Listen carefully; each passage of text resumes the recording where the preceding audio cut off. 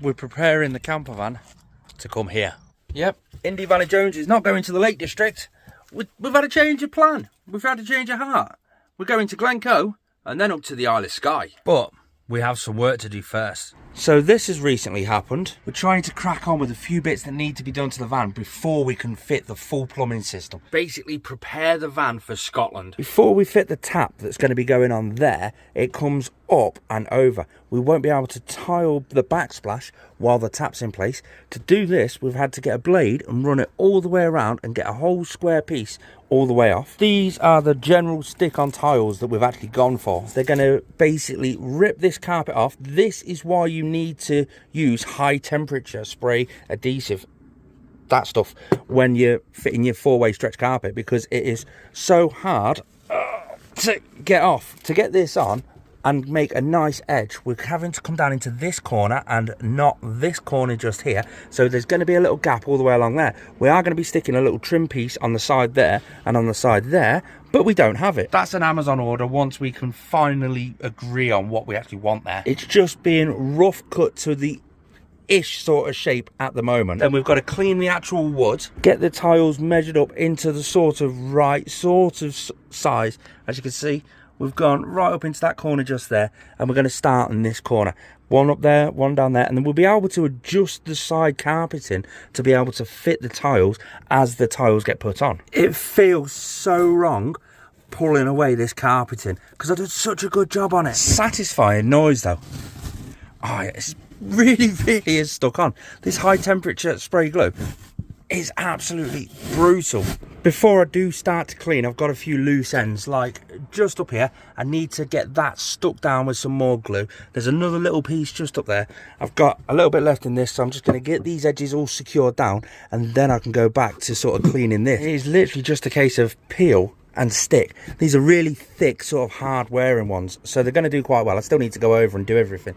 But look, they've even got areas here, overlap here, so you overlap the next tile over that one and that one and that one, and then it fills out that area. Same here and here. It's actually quite cool. Don't worry about these bits, we've got a plan for that. Kind of hope I've got a plan anyway. You see, I only bought 3 packets of this. That should in theory leave us with a couple of little half pieces left over.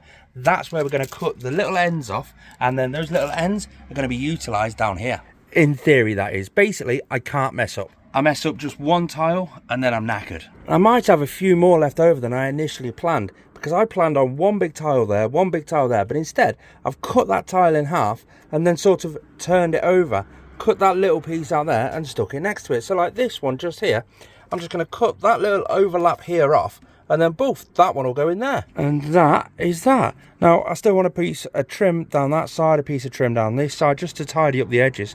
But it definitely lightens up the whole van as well. You can see just how much light it bounces around as soon as you turn the light on. That's actually really quite cool. But now that's done, we can get the tap installed, because we won't be obstructing it with all this. I still need to find some trim. I've been to IKEA, I've been on Amazon, I've been everywhere.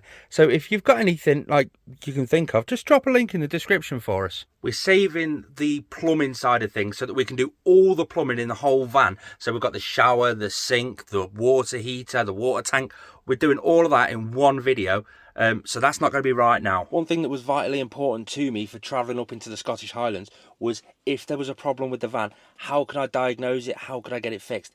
That's where Carly come into play. Thankfully, they've sponsored this video. Carly is more than just a normal OBD car scanner. With this little device, you can plug it into your OBD port on your vehicle. Say you've got a check engine light that's randomly popped on and it's started to misfire, you're not getting up hills properly, or there's just a problem with it. You can plug that into your OBD port, do a diagnostics report. It'll tell you absolutely anything you need to know on there. You can also do some customizations, but if you do have a fault that pops up there, you can try and clear that fault, then run the diagnostics kit again. If the diagnostics pops up another code, then you can click on that code and it will search it on the internet, tell you exactly what it is. You can do some coding as well. You can change some animations on the vehicle, some sounds that it makes. If you've got a ding every time your door opens, you can slightly turn it off on some vehicles, and it works for not just vans, camper vans or motorhomes, all cars, makes and models too. Let me show you how it works. It's just a case of find your OBD port. You can Google that if you don't really know it, and plug it in. simply open up the Carly app, run through all the settings and set it to your exact vehicle. Just press down here, connect. Nice and simply, just like that. It goes through a scanning to scan your vehicle. Then it automatically goes through and generates your vehicle insights. You can then go through diagnostics, coding, live data, or a used car check. Today, we're going to do a good old diagnostics check. Now, I'm not expecting anything to pop back up on this because I don't have an engine management light on, and we have just come back from a good service. Imagine me face if it's shown a problem. Oh, it's 72% done and it says we've found 5 issues. 79% checked so far, 5 issues found. Uh-oh. I wouldn't have known this so far if I didn't have Carly. So we've got central electrics has 2 issues, distance control has 3 issues, and driver's door has 1 issue. So what all these issues could potentially be is issues that are flagged up on the past that are saved on the vehicle. So what we'll do, we clear all the issues and then we run the diagnostics again and see what pops up. The ones that pop up are going to be the ones that are the proper issues that are going on right now. While this is quickly running through another diagnostics check, we do have a discount code down in the description down below with all links to Carly. Diagnostics complete. Let's see what it says. Come on, you know you want to give me a good one. Oh, yes.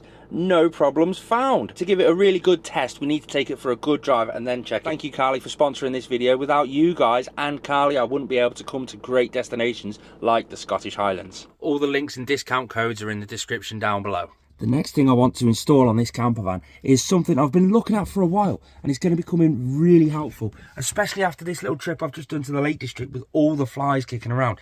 You see this shower door? A lot of people actually rave about this, and let me tell you why. Basically, I've got this to fit, and it's made by the exact same company as the door on my shower. That's why I want to show you this. So if we open it, you can see how this door can't go all the way around, sort of thing, and then when you pull it, it shuts. No, this is a roller door. You can see it just in there, and it's a nice fabric that's magneted really nicely. This door is like a full frame that goes all the way around with runners, and I've never had a problem with it. I absolutely really love it, and it's super simple to fit, and it is just a nice roller door that's magneted shut. So you give it a push, look at that, that's perfect. But they make this as well. It's a fly net for the sliding door. So when it's finished, we should have a fly net that we can open up and go in and out perfectly fine. It's also got a privacy screen on it. So if it's hot in the summer, I've finished on the beach, I've finished paddleboarding, and I want to come in and get changed, but it's really, really hot, I can leave the door all the way open and just use the fly screen with the privacy screen on it to be able to get changed. I'm planning quite a few adventures up into Scotland, and I was waiting to fit this until I went just before Scotland, but with the fly trouble that I had up in the Lake District recently, I'm going to need that now. I've got the van door universal. This one's for the medium wheelbase and the long wheelbase. I got my full fitting guide, which is loads of writing, but also loads of pictures as well, which is great for someone as simple as me. Inside the net bag, you've got the actual product itself and a little bag of a few extra clips. But check this out. This is doubled over, so we'll put you just inside. See what I mean? You can't really even see a difference. You won't even notice it's there. A little bit nervous about doing this because it's one of them where it's got to be sort of perfectly aligned throughout the whole door, because you think it goes in the door seal. So my door seal comes out like that, so the zip has to go sort of there or there. It's just going to be one of them where I put it into place and then I've got to fiddle around with it and stuff like that. Or at least that's what I imagine anyway. It's Father's Day today, so happy Father's Day to anybody who is a father. That's the sole reason why I have actually come back to my partner's house.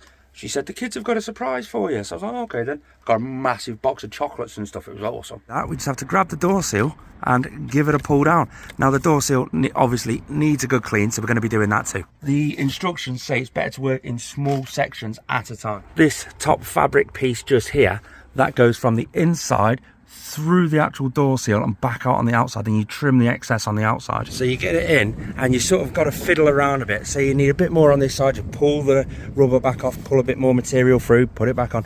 All this white stuff, it's just the stuff from inside the seal that I've got to clean off, so that's not an issue.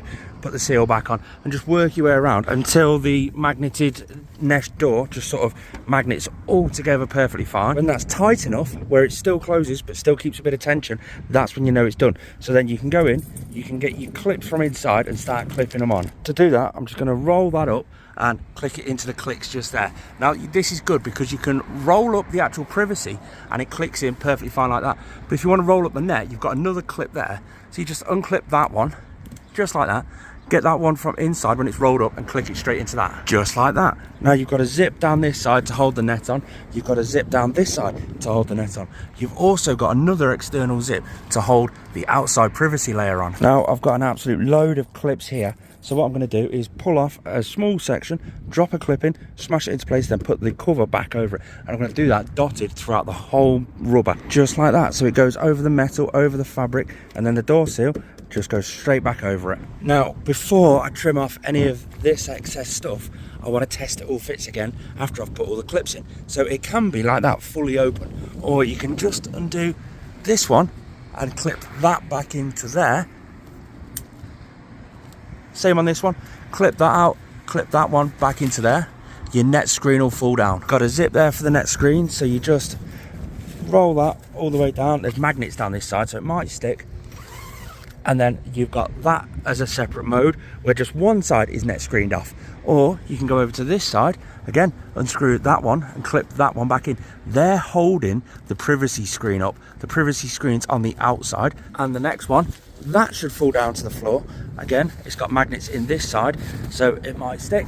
Go up there, zip up this side, just under there, and then do the magnets fit. If the magnets fit, then we know it's good. So we'll start at the top, magnet, magnet. Oh yeah, they're working fine. So we have a full just mesh fly screen to stop all the midges getting in. From the inside, that's what it looks like. You've got the full fly screen that you can clearly see out of. Now let's see if the privacy screen actually shuts. This is the determining factor on whether it needs adjusting before I can cut any of the edges off.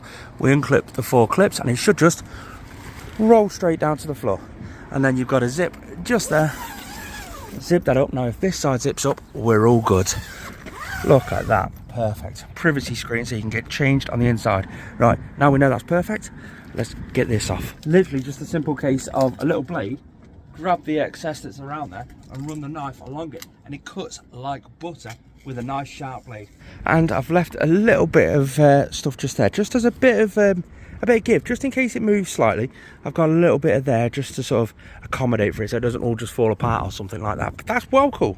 Now I won't get hassled by the Scottish midges. The whole preparing for Vanlife Scotland has it's gone a bit over the top, I think. While I'm back celebrating Father's Day and one of the kids' birthdays, we decided it would be a good idea to clear out the storage, find out what needs to go, what needs to stay, what could come in the back of the van ready for Scotland. And to be fair, managed to sort of organise a lot of stuff, but I am really surprised at just how much stuff I've had to move around to try and squeeze things into various different areas. I mean, that is just full of the junk that's got nowhere to actually go. This one's all my cleaning equipment. I mean, that's full. The garage has got 6 bags of wood in it, and even under there is full of wood. I got a bit drunk on a Vanlife festival, and just somebody was there selling loads of it, and I thought, I'll have loads of it. I didn't realise I actually had that much wood to burn. I'll probably just give some away, to be fair. We have literally got everything out of basically the old van to bring in here, including that little sign there, home is where you park it. I mean, under there, loads of random bits of food and bits and pieces. Down there we've got the air fryer. This top drawer just here is all full of bits and pieces of food and whatnot that I could do with needing just there. This is all my cleaning stuff, my first aid kit, and the bottom one is full of like tinned food and just random bits. I've still got to go shopping for that. This one, all the cutlery, including the old bamboo cutlery that I had in the old van. We've got down here everything else, so the spare barbecue, my massage stuff, just loads and bits and bobs that we need as like backup emergency. So tune in next time when we're going to be in the Scottish Highlands. Thank you, Carly, for sponsoring this video. I couldn't be here without you.